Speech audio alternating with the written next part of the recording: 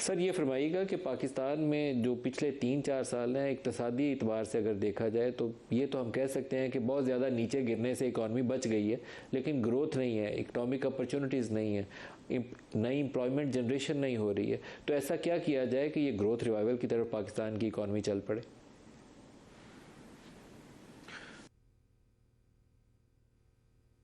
नदीम, जो है मैं ये समझता हूँ कि पाकिस्तान के पास बहुत पोटेंशियल है।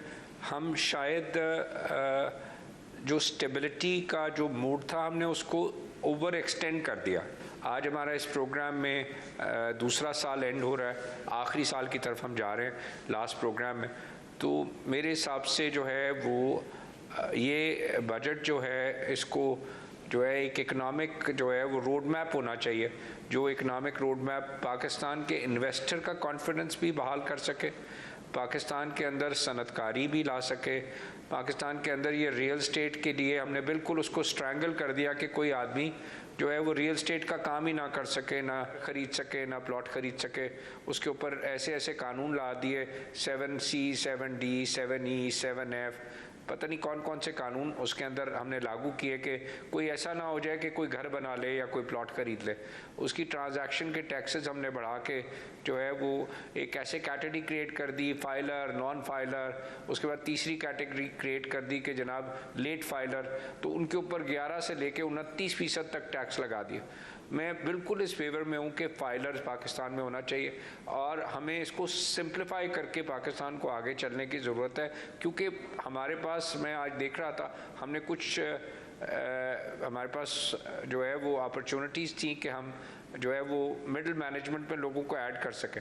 हमारे पास तकरीबन कोई 2500 एप्लीकेशन आई है जो है जो कि बच्चे ग्रेजुएट और मास्टर्स किए हुए हैं, और जो है वो मतलब हमारे पास सिर्फ 5 लोगों की अपॉर्चुनिटी है, 2500 लोगों की इस वक्त एप्लीकेशन है, ग्रेजुएट एंड मास्टर्स। अब 16 साल बच्चा पढ़ा हुआ हो और उसको जॉब ही ना मिल सके। मतलब हमारे यहाँ सिक्योरिटी गार्ड का तो जॉब है, ड्राइवर का तो जॉब है, वेटर का तो जॉब है, पढ़े लिखे लोगों के लिए जॉब ही नहीं आ रहा। तो ये हमारे बच्चे जो पढ़ लिख के यूनिवर्सिटियों से आ रहे हैं, और तो उनके लिए हमें जॉब क्रिएट करना है। तो हमें एक इकोनॉमिक विजन बनाना पड़ेगा आज से लेके जो है 5 साल तक का, कि हमारे पास कम से कम 2 करोड़ 20 मिलियन जॉब्स क्रिएट हो सकें। हमें ग्रोथ देनी पड़ेगी कि हम 4 गौर इजाज़ साहब, लेकिन एक अलमिया ये है कि पाकिस्तान में डॉक्यूमेंटेड इकॉनमी नहीं है। ब्लैक इकॉनमी आपकी ग्रो कर रही है लेकिन फॉर्मल सेक्टर आपका नीचे जा रहा है। उसका नतीजा ये है कि मेरे जैसे बंदे 40% अपनी तनख्वाह से टैक्स देते हैं, कंपनियां 50 से 60% टैक्स अदा कर रही हैं। तो आपको ब्रॉड बेस तो करना है, डॉक्यूमेंटेशन की तरफ जाना है, टैक्स रेट नीचे लाने लेकिन ब्रॉड बेसिंग करनी है। रिफॉर्म इस डायरेक्शन में होनी चाहिए। नदीम देखें, बड़ा सिंपल कानून है। हमने क्या किया, जितना टैक्स हमें चाहिए था ना, हम परसेंटेज बढ़ाते चले गए। हमने कहा 10% सुपर टैक्स लगा दो, हम कॉर्पोरेट्स के ऊपर 25 का 29 कर दो, जो उसके बाद AOPs थी उनके ऊपर हमने 45% का टैक्स, इससे पैसे ज़्यादा आ जाएंगे। वो आप देख रहे हैं कि हमने इकॉनमी को स्टैगनेंट करके, श्रिंक करके उसको जो है वो बिल्कुल एक दफ़ा इकॉनमी जो है वो खड़ी हो गई है, स्टैगनेंट हो गई है, और बिजनेसेस चल नहीं रहे। जैसे आप कह रहे हैं ब्लैक इकॉनमी चल रही है। मैं आपको एग्जांपल देता हूँ कि दिसंबर 2023 में हमारे बैंकों के अंदर डिपॉजिट 21 ट्रिलियन था, 21 ट्रिलियन रुपीस। और दिसंबर 25, 2 साल बाद जो है वो आज से 4 महीने पहले का जो डिपॉजिट का फिगर था वो 37 ट्रिलियन था।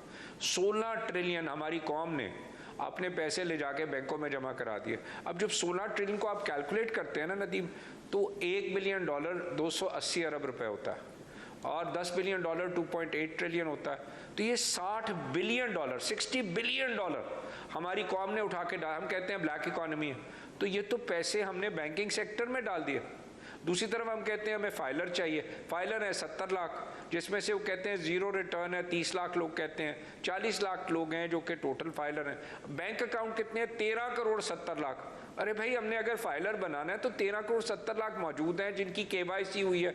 100 पेज का तो डॉक्यूमेंट होता है जिसके बाद बैंक अकाउंट खुलता है। मतलब आदमी जो है वो अंगूठे लगा लगा के और डिटेल दे दे के परेशान हो जाता है जब बैंक अकाउंट खुलना हो।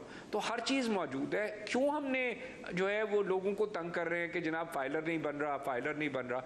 इनके लिए सिंपल 4 लाइन का एक फॉर्म होना चाहिए। वो 400 पेज का या 200 का या 100 पेज का कौन भर सकता है? वो अपनी इनकम फाइल करे हर आदमी, सेल्फ असेसमेंट स्कीम हो आपके पास। मैं ये कहता हूँ कि इसमें से डुप्लीकेशन भी होगी कुछ कंपनीज के अकाउंट की, बट 13 करोड़ 70 लाख अकाउंट्स हैं बैंकों में और 70 लाख फाइलर हैं। मतलब इतना बड़ा डिफरेंस, 20 गुना का फर्क, 70 और लाख और 13 करोड़ 70 लाख। तो मेरा पॉइंट ये कि हम अगर करना चाहें तो ये हर चीज़ मौजूद है, फाइलर्स भी मौजूद हैं, बन भी सकते हैं। सिंप्लीफाई करें सिस्टम्स को। ये जो बोझ टैक्स का कुछ लोगों पे डाला हुआ है, वो जो हमने इन्हीं 30 लाख फाइलर्स के ऊपर डाला हुआ है, उसको बोझ को जब आप 13 करोड़ 70 लाख या जो अगर इसमें कोई डुप्लीकेशन है कम भी होंगे तो वो 10 करोड़ से ज़्यादा होंगे, तो वो बोझ को डिवाइड करें। टैक्स का रेट 20% से ऊपर नहीं होना चाहिए। गौर साहब, कौन से एरियाज हैं जहां प्रॉपर डॉक्यूमेंटेशन को अगर इन्फोर्स किया जाए तो ब्रॉड बेसिंग जो है उसमें मदद मिल सकती है? रिटेल सेक्टर बहुत बड़ा एरिया है जिसमें बहुत पोटेंशियल है, वहाँ टैक्स उतना नहीं आता जितने उसमें जान है। तो आपके ज़हन में कुछ तजावीज़ हैं कि क्या क्या करने की ज़रूरत है? जी देखें नदीम, ब्रॉडन करने का सिंपल एक तरीका है। जब आप कॉम्प्लेक्स प्रॉब्लम्स को सादा सलूशन से जाते हैं ना, हमारी कौम जो है वो मैं समझता हूँ कि आप ये एक पॉलिसी बनाई जिसमें कहा 5 करोड़ से नीचे हम सवाल नहीं पूछेंगे। तो मैं कह रहा हूँ कि $60 बिलियन लोगों ने बैंकों में जमा करा दिया, 16 ट्रिलियन। ठीक है, तो पैसा तो मौजूद है लोगों के पास, और ये अगर ब्लैक पैसा होता तो जमा क्यों कराते? तो जो बोलते हैं ब्लैक है, ऐसा भी नहीं है। तो सिंपल सोल्यूशन इसका क्या है? 4 लाइनों की रिटर्न होनी चाहिए। सबसे पहले तो ये होना चाहिए 4 लाइन्स रिटर्न, कि आप बता दें आपकी इनकम इस साल की कितनी है, उसके ऊपर सिंपल टैक्स कलेक्ट अपना अमाउंट बोलें और उसको डिक्लेरेशन डाल के फॉर्म ख़त्म कर दें। तो जितने भी जो है ये बैंक अकाउंट्स जिनके मौजूद हैं, where is the issue? First step. Second step कि आपने पूरी की पूरी रियल स्टेट इंडस्ट्री को बंद कर दिया। अब रियल स्टेट इंडस्ट्री में ये कहता हूँ कि अगर जो है वो 1 लाख घर बने, 5 हमारे बड़े शहर हैं जिसमें कराची मौजूद है, लाहौर मौजूद है, इस्लामाबाद मौजूद है, फैसलाबाद मौजूद है, मुल्तान मौजूद है। ये 5 बड़े शहर हैं हमारे जो है। इसके अलावा पेशावर और जो है वो हैदराबाद में भी बहुत पोटेंशियल है, बट मैं कहता हूँ टॉप 5 शहरों में अगर आप 20-20 हज़ार घर भी बनाएं, 20 हज़ार घर या अपार्टमेंट, तो 1 लाख बन जाता है। $1 लाख वाला अगर ये 1 लाख बने तो ये $10 बिलियन के घर बन जाते हैं। इस $10 बिलियन के घरों में आज के दिन अगर एक घर में 20 आदमी भी काम करता हो तो 20 लाख जॉब क्रिएट हो जाते हैं, और ये $10 बिलियन $400 बिलियन की इकोनॉमी का 2.5% GDP बन जाता है। ये आपके सामने पड़ी हुई है। उसको आपने इनकरेज करना है कि अगर आपने टैक्स बेस लोगों को लेके आना है, तो ये जो आपने मॉर्गेज की बहुत अच्छा किया, परसों अनाउंस हुआ 1 करोड़ की लिमिट।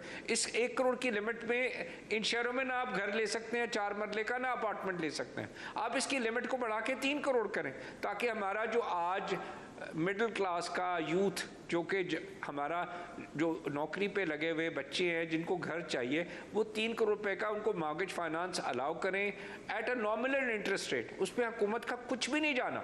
आप ये अगर हम 100 अरब रुपए में बात कर रहा हूँ कि जनाब लेट्स टेक अ नंबर। गौर साहब, लेकिन आपकी इस तजवीज़ को अगर मैं आपके पहले सवाल के जवाब के साथ जोड़ूं तो आप कहते हैं कि पढ़े लिखे बच्चों के लिए पाकिस्तान में जॉब्स नहीं है। तो हाउसिंग इंडस्ट्री रिवाइवल होनी चाहिए, I am not against it, documentation भी होनी चाहिए और इसकी रिवाइवल भी होनी चाहिए, लेकिन ये मजदूर और मिस्त्रियों के लिए तो जॉब पैदा हो जाएंगे। वो पढ़े लिखे ग्रेजुएट और मास्टर्स बच्चों के लिए जॉब तो नहीं देंगे। ये जॉब कैसे क्रिएट होगा नदीम? जब काम होगा तो जॉब क्रिएट होगा ना। अगर पढ़ा 1 लाख बच्चा यहाँ पे उसका जॉब लगा हुआ है और वो जॉब लगा हुआ पैसे आज 4 से 5 लाख कमा रहा है, तो हम उस 5 लाख को हमने इकोनॉमिक साइकिल में तो आप उसको एम्पावर करते हैं ताकि उसके सामने वो 20 गुना पैसे बोरो कर सके, 20 गुना पैसे बोरो करके वो उसको खर्च कर सके। This is how the economy is run. 10 गुना उसको ग्रो करा लें, 5 गुना ग्रो करें, ये आपके ऊपर है कि उसको बाइंग पावर क्या है, उससे जॉब क्रिएट होना है बाकी लोगों के लिए जो जॉब रहे। अगर आप घर 20 लोग लेंगे तो 20 लोगों को जॉब मजदूरों को लगेगा, लेकिन उसकी मिडिल मैनेजमेंट पूरी क्रिएट हो जाएगी। ये अगर 20 लाख जॉब क्रिएट होंगे तो उसके आप 10% उसके मैनेजर्स भी होंगे, 2 लाख, ऑटोमेटिक जॉब क्रिएट हो जाएगी। तो मैं ये कह रहा हूँ कि द सॉल्यूशंस आर सिंपल, लेकिन आपको सिर्फ अप्रोच चाहिए कि बिजनेस अप्रोच आपने लानी है। आप कहेंगे हर चीज़ को बंद कर देना, तो कैसे चलेगा काम? आप सिर्फ कहें कि मैंने गाड़ियाँ इंपोर्ट करनी है CKD में, कि जो है वो और $4 बिलियन उस पर खर्च कर देना, जिस पे 10% भी वैल्यू एडिशन नहीं होती, जिसमें 10,000 जॉब भी नहीं लगता, और $4 बिलियन खर्च कर दिए। मैं ये बोल रहा हूँ ये $10 बिलियन की अगर घर बनाएंगे तो उसमें 15% भी जो है इम्पोर्टेड कंपोनेंट नहीं है $1.5 बिलियन का, और उसके अंदर 20 लाख जॉब क्रिएट हो जाएंगे। और आप एम्पावर करें थ्रू जो है वो एक स्ट्रक्चर है इकोनॉमिक्स का कि आप एम्पावर करें, जिसके पास आज कैपेसिटी टू बोरो है उसको बोरो करवाएं। आपने 1 करोड़ का है, मैंने कहा उसको 3 करोड़ कर दें।